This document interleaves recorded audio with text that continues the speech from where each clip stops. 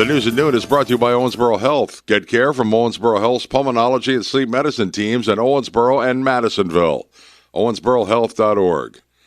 Volunteers from the Vanderburgh Humane Society made an 11-hour trip with nearly 50 animals, including kittens, puppies, and bunnies, to the Rise Above Animal Rescue in Pasadena, Maryland. VHS says that during the busiest time of year, with more than 600 animals in their care, these transports are life-saving. For anyone wanting to contribute gas, travel expenses, and the cost of prep, you can visit vhslifesaver.org. An Evansville man facing charges after police were called to a home on Hanover Road Sunday morning. When officers arrived, they heard a woman calling for help while lying in the driveway. David Friels told police that he and his girlfriend had both been drinking and got into a fight. The woman says Friels punched her in the stomach and she tried to run away, but Friels wouldn't let her. Friels is charged with confinement, domestic battery, and interference with reporting a crime. And the Women's Fund of Vanderburgh County was on the Wiki Morning Show today. They have a lot of money they want to give nonprofits. How much? Holly Smith of the Grants Committee is here to explain how it works. And what it is a lot of women in our community come together. We form groups of money to give, and every year we come together at a meeting.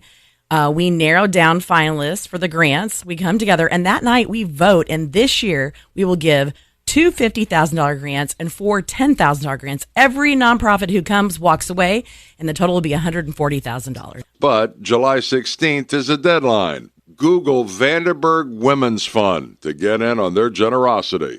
This is WIKY News. ABC News, I'm Michelle Franzen. After a weekend of trading strikes, the U.S. and Iran announcing blockades on the Strait of Hormuz again. President Trump says the naval blockade on ships bound for Iranian ports will go back into effect. On Fox and Friends, the president signaled the U.S. would take control of the shipping waterway and should get a 20% toll. Now we're going to guard it. We're going to get paid for guarding it. A lot of money.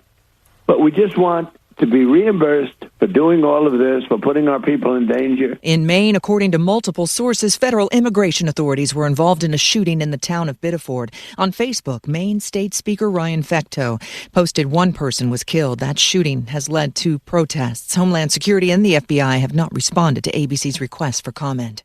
Fans and fellow actors remembering Sam Neill, best known for his roles in blockbuster films like Jurassic Park and The Hunt for Red October, along with artistic films like The Piano. The New Zealand native was 78. This is ABC News. Of all the wireless companies in America, only one has 5 stars in every category from Consumer Reports, and that company is Pure Talk. Coverage, support, value, data. 5 stars across the board. Plus, no service contracts and no cancellation fees. Just phenomenal U.S. customer service on a crazy fast 5G network. Dial pound 250, say micro, and switch to a 5-star American wireless company that won't let you down. Pure Talk. WIKY News at Noon Market Report. Brought to you by Riverside Capital Management Group in downtown Evansville. From ABC News, Wall Street now. Stock futures point to a lower start to the week after the major averages posted gains to close out last week. The Dow on Friday rose 150 points to end the session at 52,637. The Nasdaq headed 0.3%, the S&P 0.4. Renewed fighting between the U.S. and Iran has oil prices rising again. World benchmark Brent crude was approaching $79 a barrel overnight. Gasoline is up about 8 cents a gallon in the past week, according to AAA. Apple is accusing OpenAI of stealing trade secrets. In a new federal lawsuit, the tech giant claims the artificial intelligence company and its chief hardware officer had a coordinated plan to get hold of confidential details about future Apple products. Big blue buildings will soon pop up in more U.S. locations. IKEA tells USA Today that it plans to break ground on 6 new home goods stores before the end of the year. Of the company's 500 stores worldwide, only about 50 are in the U.S. Jim Ryan, ABC News.